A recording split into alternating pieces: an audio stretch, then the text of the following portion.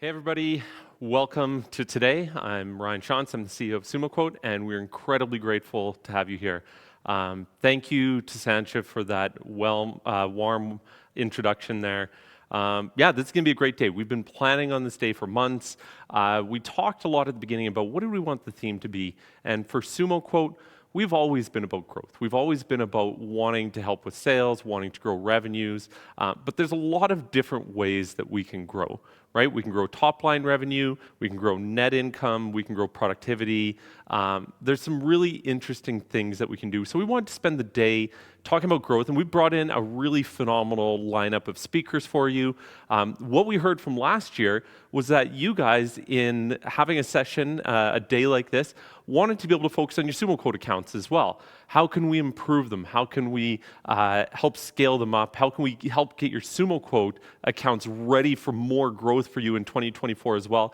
So you're going to see a bunch of our sessions today focusing on your SumoQuote accounts. You've got a lot of speakers that you can pick from, so very, very excited about that.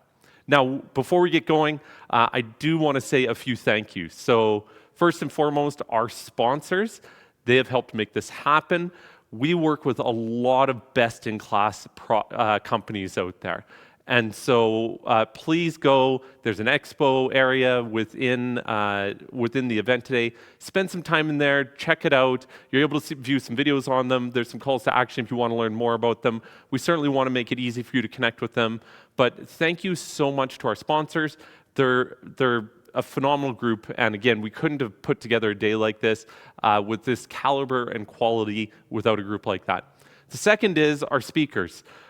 We looked and we looked in the industry, we looked at the people we knew, and we looked at how we could create the most value for you, and we handpicked a phenomenal group of speakers for you today. Now again, a bunch of those are from within SumoQuote here. We've got an incredible team, we know our product, we know the industry, and so we wanted to be able to have our own employees here be able to help you level up your accounts, but as well be able to work in some of these other things of how do we help you with technology, with integrations, with your tech stack? How do we help you understand different opportunities for growth out there? And we've brought in some really, really excellent speakers for you today. So thank you so much to our speakers. Thank you to everybody at SumoQuote. They put a ton of time and energy in here. And honestly, you've already seen her here once. You'll see her as we go throughout the day as our MC. Thank you to Sancha. She is amazing. She's outstanding. I've worked with her since she worked with our roofing company back 12, 15 years ago. She did an incredible job there, and so when I ran across her in that coffee shop there 5 years ago, as we were just getting ready for SumoQuote, I was excited to hear that she was open to a new opportunity and definitely lobbied hard to get her on the team here. So thank you so much, Sancha, for organizing this event, for all the time and energy and sacrifice you put into it. We wouldn't be here without you. So now, in getting going on the day here, the one thing I wanted to be able to share to start us off was some of you may have attended a webinar that I've done in the past, but one of the things that I'll often talk about are our group of companies, my partners and I have. So the first one that we launched, and it was 20 years ago this month that I started in the roofing industry. And so the very first one that we launched is still around now, 20-some years later. I was shingling. I spent about a year and a half doing it. Honestly, I think half the days I was looking up at the sky asking myself what sort of poor decisions I had made in life that had brought me to that point, because nobody plans to get into roofing. But I stumbled into it, and I'm incredibly grateful that I did. It has been something that's been really powerful in my career, and I couldn't ask for a better industry to be in. But my partners and I, we've got one of the largest residential roofing companies in Canada. Recently, we added a second residential roofing company. We also have a commercial roofing company. We own a restoration company. We have SumoQuote. We have a Dr. Vinyl franchise. So there is a whole bunch of growth that we have done specifically over the last 10 years here. And so as we go through a bunch of this, I want to be able to talk a little bit about some of the things we've done well and some of the things that we haven't done as well as you look at your strategies for growth.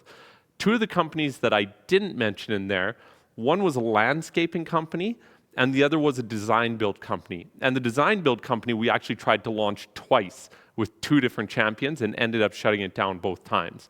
And so we've certainly gone through in our pursuit of growth, and we've made a couple mistakes, and we've learned, and we've figured a bunch of things out along the way. And hopefully we don't make too many more mistakes, but we're always learning and growing as we go through this. Likewise, we get to learn from you guys a lot of the time as well. So hopefully as we go through and we talk about some of this stuff, I'll be able to talk about some of the things we've seen that have worked well, some of the things that haven't worked as well. And for our initial conversation here, before we get into all of these breakout sessions throughout the day, I just wanted to be able to help give a bit of a framework of how you can think about the day, make some notes around it, and start to prepare in your planning in the months and years to come with this. Now, before we get into that, SumoQuote, because of our role in the industry, we've got some really interesting data. We get to work with a lot of phenomenal contractors out there, and so we get to gather a lot of data and information at a very high level, but we wanted to be able to share a little bit of that with you today so that you could see a bit of what's going on in the industry and a bit of how you can be thinking about your roofing business from a revenue perspective, as well as your SumoQuote accounts with this. With that, let's dive into it. I'm going to go through this quick. We'll revisit a couple of things. But the first one, SumoQuote in our year-to-date review, so year-to-date so far, we've had over $1.6 billion of revenue sold in SumoQuote. And that's you. You have had over $1.6 billion, which is just a mind-boggling number. You have had over 122,000 contracts signed in SumoQuote this year. The average revenue per contract is $13,271. The average upgrades per contract is, when upgrades are offered, is $1,720. And when a homeowner picks an upgrade, so not just where it's offered, but where an upgrade is actually selected, that number increases even more to the average revenue being, or additional upgrade revenue being over $3,100. Okay, so I want to back up just a little bit here. That, the first 2, fairly self-explanatory, a lot of revenue being signed, a lot of contracts being signed. The average revenue per contract. I found it interesting. In 2022, Forbes magazine gave some data that the average roofing job in North America was $11,500 on average in 2022 across, all of the United States. Now, when we look at our average revenue as contractors using SumoQuote, I love the fact that it's $13,271. That's 15% more, just a little bit over 15% more than the average roofing contract being signed out there. That's an amazing thing, and that is why we built SumoQuote, right? We built it so you could close more jobs at higher margins, selling more upgrades as you go through this stuff. So we're incredibly proud and excited that it is working as efficiently as it is with this.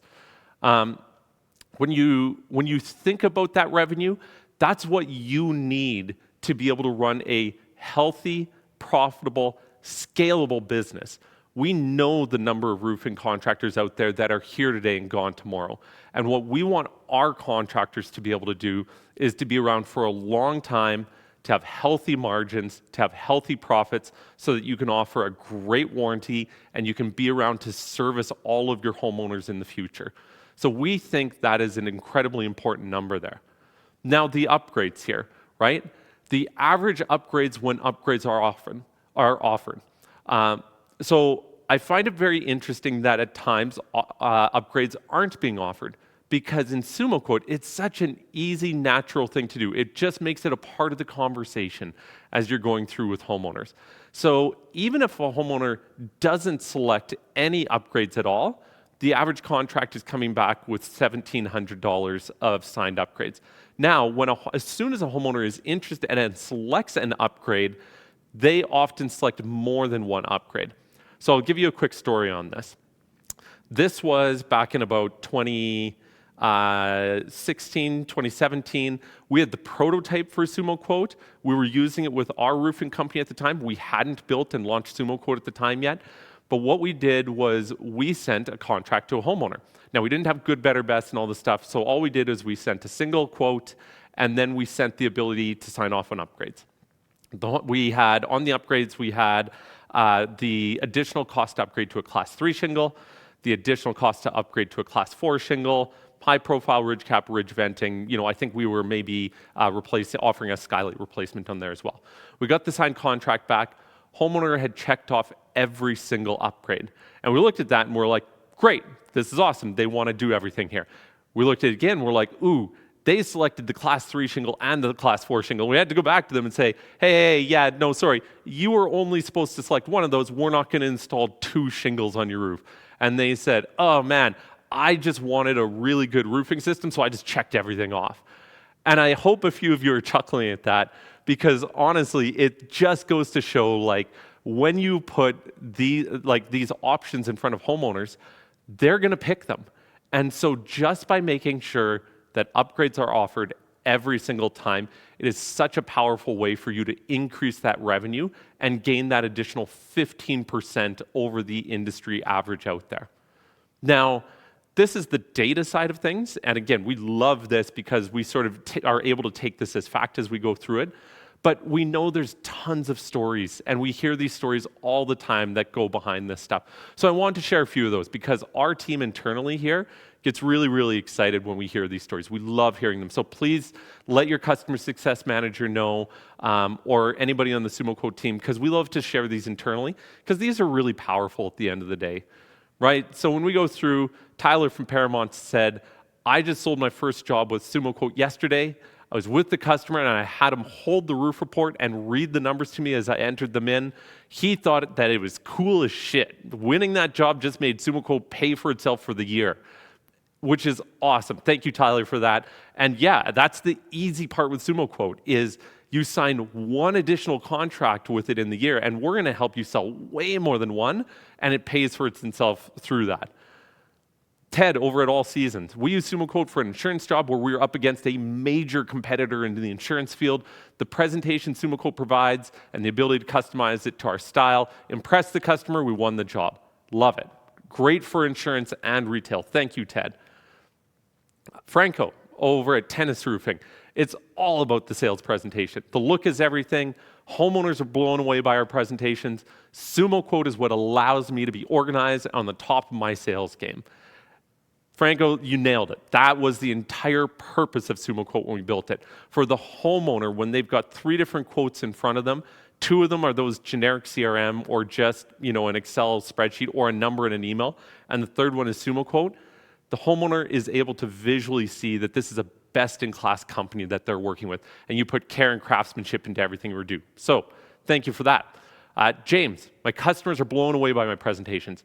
I got a $153,000 deal signed on my free trial. It was a no-brainer after that point. I love SumoQuote. I've really appreciated how thoughtful it's been developed. That's amazing. Again, one of these jobs, there was a coatings company that was using SumoQuote. Of the first 4 quotes that they sent out, 3 of them came back signed, and this coating company did some large commercial work. The smallest of those contracts was $180,000. Like, talk about ROI that you get on a tool to help close deals that makes a meaningful impact on your business. Okay, and then finally here, Eric from Orca, after trying out competitor that he named the competitor, we aren't going to put that in front of you here, but competitor that shall remain nameless. For the past few months, I made the decision to stick with SumoQuote for the long haul. Overall, you've got a better platform that is actively being developed and improved upon. So that everybody here knows, we've doubled the size of our development and product team this last year. We're moving faster than we've ever moved on the product stuff. I think Sancha probably hinted towards there's some announcements that we've got coming later on to stick around for at the end of the day of some really cool product stuff coming up that we can't wait to share with you. And so, yes, we are working very hard on all these things, but we're excited to get the feedback. And as you've got feedback for us of features that you're looking for, please give that to us as well. We want to be able to have that information so that we know what to develop for you to keep making your lives easier, better, and keep growing and scaling your business at the end of the day. All right. We've gone through a bunch of that.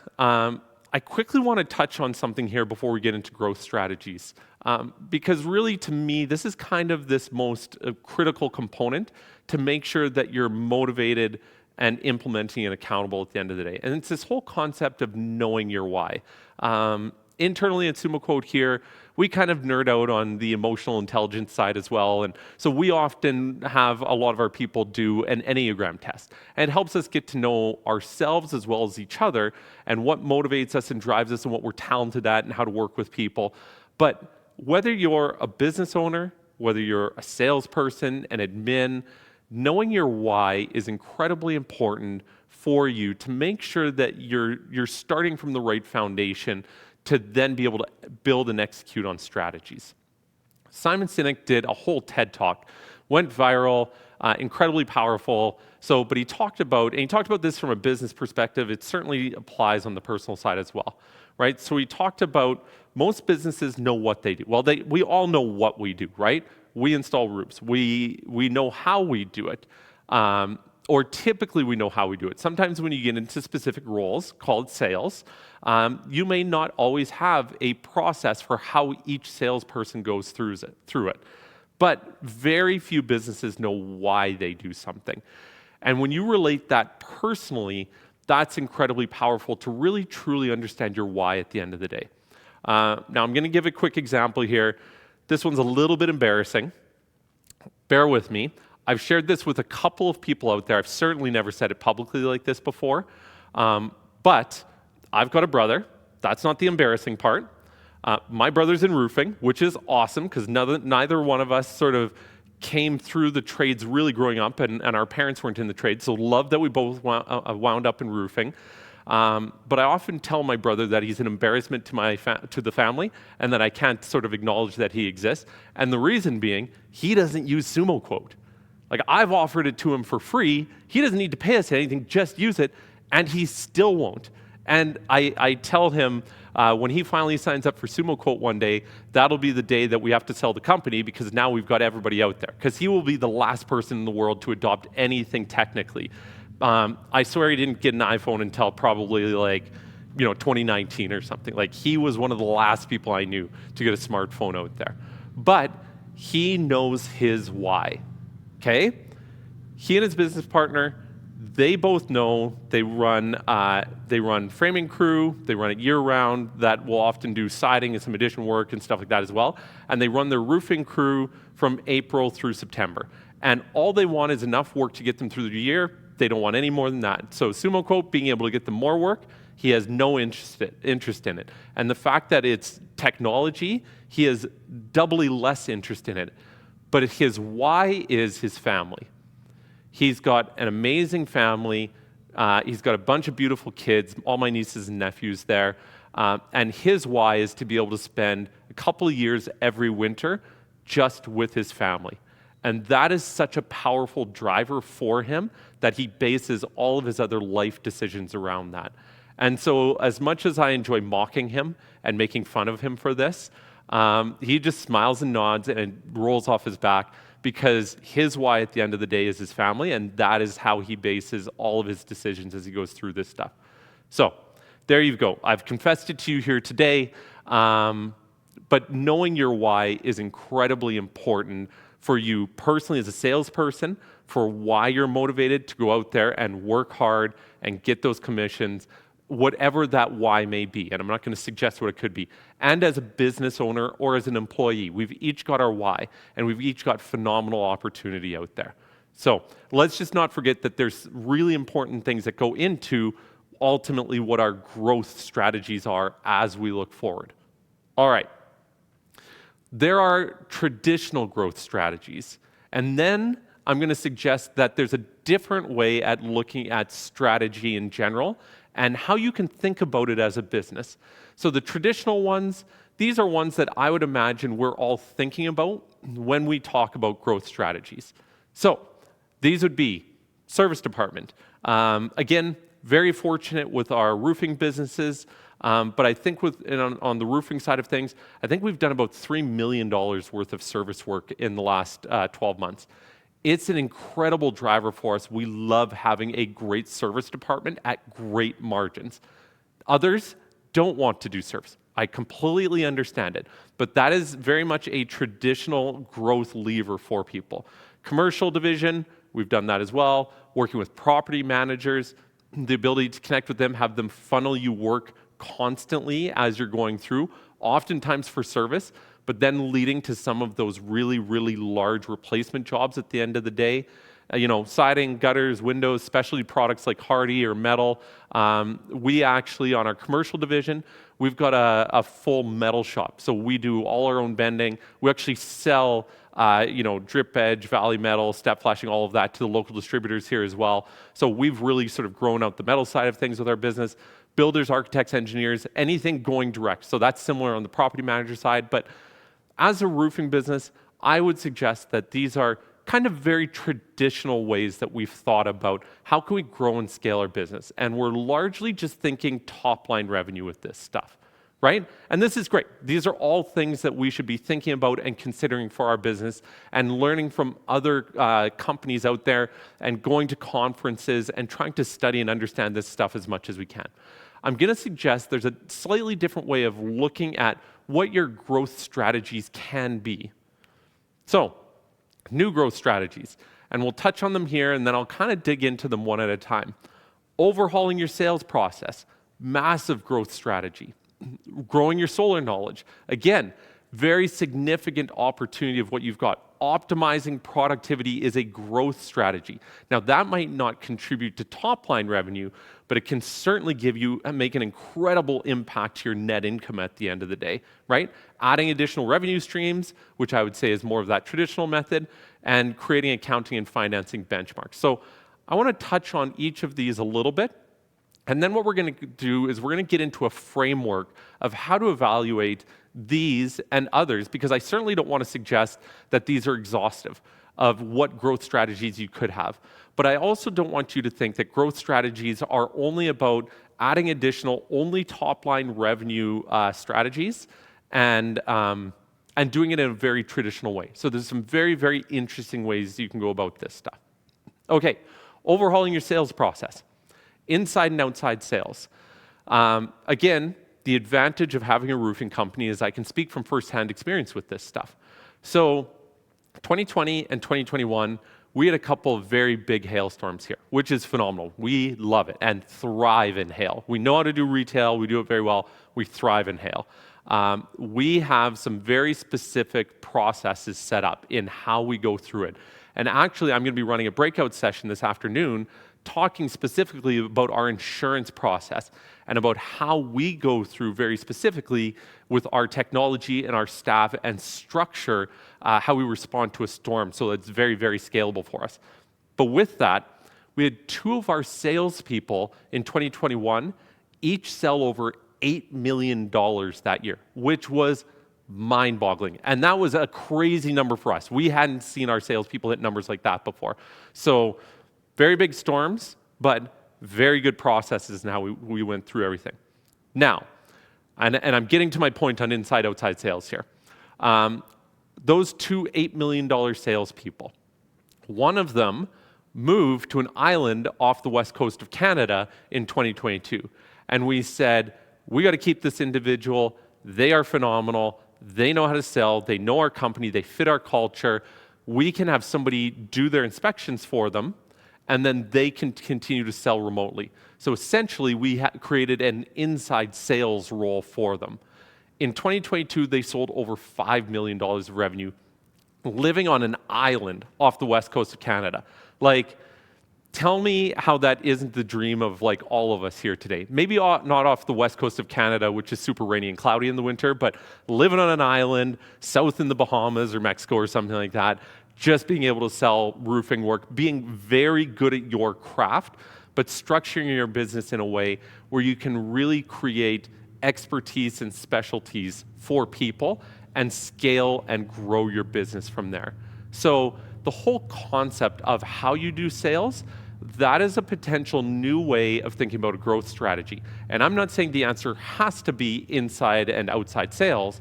I'm just saying there's a lot of different things for us to consider on what could be strategies for us and go out there and gather that information and consider them. We'll get into the framework in a minute. All right, next one here, solar sales. Solar sales, again, is fascinating. We've launched a solar sales product, part of why we're talking about it, right now, and throughout the day, there's some breakout sessions that you'll be able to learn more on it. But when we go back to that Forbes number of 11,500 being the average amount of revenue for a roofing job, okay? Now I'll multiply that against, call it 35, 38% gross margin for retail sales. I know insurance, you can get slightly higher margins, 40+%, but when you multiply it at that 35, 38 sort of percent gross margin, you end up with, $4,000 to $4,500 of gross profit before getting into all your overhead of commissions and offices and vehicles and all that stuff, right? Solar is incredibly interesting because if you sell a roof job and you've got that $4,000 to $4,500 of gross profit, if you sell a solar job and you don't do the work on it and you sub it out to an EPC. EPC is engineering, procurement, and construction, and they do the site survey and they do the CAD drawings and they do the permitting and they do the install and they do the warranty, and they really take that whole side of the solar install for you. Now you've got to find, just like finding a good sub, you have to find a good EPC out there and you have to test them. But by just having them do that, your profit on a job like that can be, north of $10,000, $11,000. Sorry, excuse me. So the revenue opportunity is incredible on that solar sales side. Optimizing productivity. We've got a number of sessions today on productivity, CRMs, integrations, but there's all sorts of technology out there that you can use to get incredibly productive. Adam Sand, which is a great guy in the industry, and again, apologies here. Adam Sand talks about a stat out there that he looks at in companies when he's analyzing them, and it's average revenue per employee. And he talks about $800,000 being the optimal for average revenue per employee. So when you're looking at that stuff, it might not be top-line revenue, but your net income, there's a ton of improvement that you can do on the net income side. There's other technologies out there. I've got Rilla Voice in front of us here. Rilla is a really interesting one. If you're looking to use technology in order to improve your processes and your people, Rilla is something that you can use to help listen in on sales conversations, and then through AI be able to provide feedback on what they're doing well, on what they can improve on.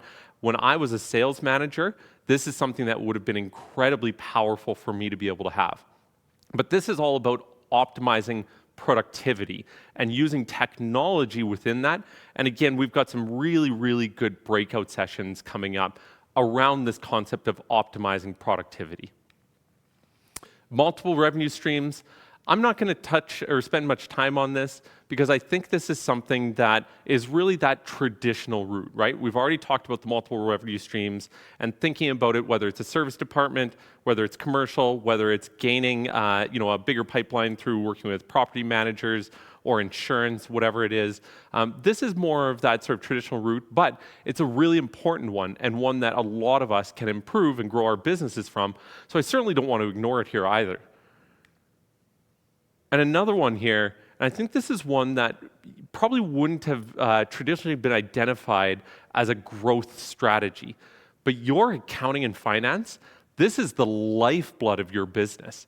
Like having your banking facilities set up, right? So us being able to have an operating line and a capital line, and our CFO is excellent in how we work through all of this stuff, but having this stuff in place means that when a big storm comes along, we can gather a ton of work and not be constrained by cash flow issues, right? But as you start setting this stuff up, you're gonna, for the bank, we've got certain covenants. One of those being our debt to equity ratio on what we're gonna maintain to make sure that we're on side with them. What our quick ratio is. We'll do forecasted cash flow. And again, our CFO is excellent with this. I don't profess to be the expert here. So having a partner that is really, really good at this is incredible for us as a business. But for him to be able to forecast out and say, hey, 2 months from now, we might be getting into a bit of a pinch point on our cash. We should talk to the bank now to see if we can get an extension on our operating line, for 3 months, 6 months, whatever we anticipate it may be, and to have those conversations ahead of time. If you're talking about growth strategies, this becomes sort of the baseline of what you need to have in place in order to be able to actually execute on those growth strategies. So while this might not be sort of that strategy that you would think about as being an obvious one, I think it's a very critical one. And it's one that you might want to start on and get in place before you start trying to pull all sorts of other levers as you're going through this stuff. So again, this list, not exhaustive whatsoever, but wanting to give you an idea that growth strategies doesn't just have to be about growing top-line revenue, and there's some really, really interesting things that you can focus on as a business in order to be able to grow significantly in 2024 and beyond. Now, with this, and with today, I didn't want to just say, here's some things, good luck, go out there and have fun, right? I want to be able to at least kind of end this session while we get you into all these breakouts to give you a bit of an idea of a framework and how you can think about, okay, you're hearing some good ideas or some things that you find really interesting. Where do you go with this now, right? What are the next steps? So I wanted to be able to talk about how do you implement a strategy like this so that you can take it, get into your business, and really see some significant successes going forward. All right, the first thing here is you have to pick a strategy, right? I just listed 5 things. I would strongly recommend you don't try and tackle all 5 of those things at once. Steve Jobs had a great saying there. He said, focusing is about saying no. And if you've read any of his books, if you've seen movies on him, anything like that, he was very firm when he came back to Apple about cutting out a whole bunch of product that he thought was distracting and would take away from their ultimate success as a business. So focusing on saying no, focus on a strategy and executing it incredibly well as you go. Peter Drucker, he's a management guru. He has a great saying here, right? Successful people know that they need to get as many things done and done efficiently. Therefore, they concentrate on doing one thing at a time and on doing first things first. Again, I think that's brilliant, and that's especially that line on doing first things first. That's why I bring in that accounting and banking side of things, because honestly, I think that's a first things first if you want to have your business be around for a long time and be incredibly profitable at the end of the day, is to get sharp on your accounting and to make sure you know your numbers as you're going through all of that stuff. So, point number 1, pick a strategy and really focus on that and go from there. Okay, well, what does focus mean? How do you go about that?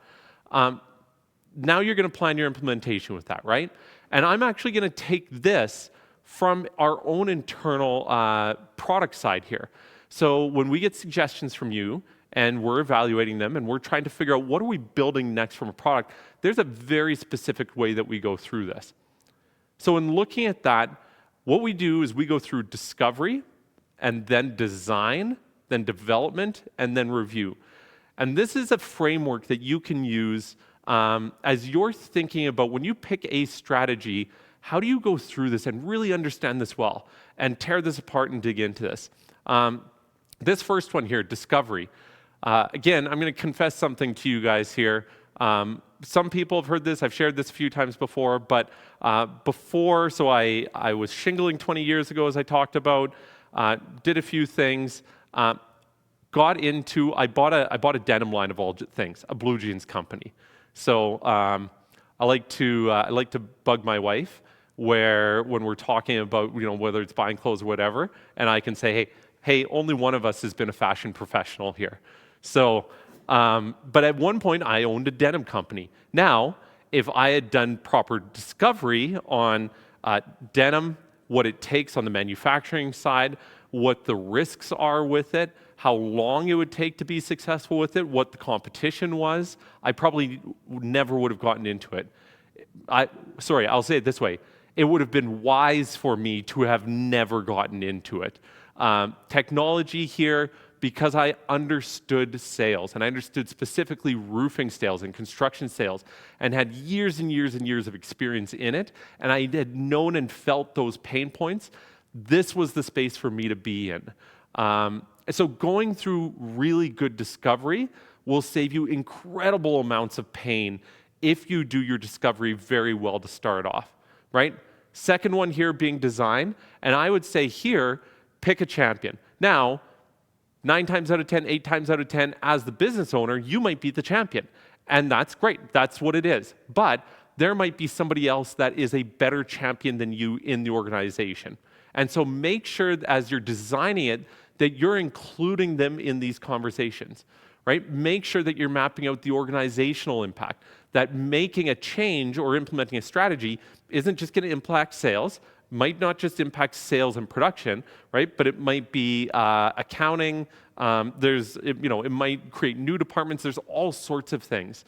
So make sure you really look across your organization and understand the impacts that this is going to have.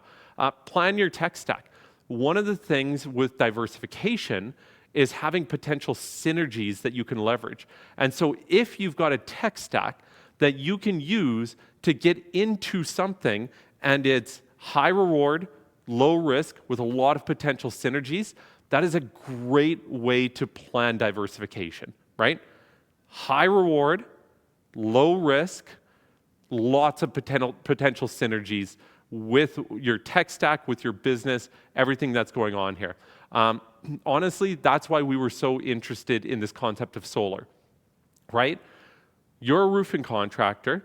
You don't need to pay for a solar lead. You've already got that. You've already got the homeowner's trust. We know the perfect time for solar to be installed is when a new roof has been installed, right? And that these products go hand in hand in how they connect with each other and work together up there, right? There's all sorts of synergy reasons why something like solar can make sense. Now, you have to do your discovery. You have to do your due diligence and look and research and go through all that stuff. But discovery, design, development, right? Empower your champion, have a step-by-step plan, really make sure that they're resourced correctly to go through this, include training for your team. Don't just implement a new technology, make sure there's some training for your team that goes along with it. Make sure that you're setting your organization up for success with this stuff. And then finally, review.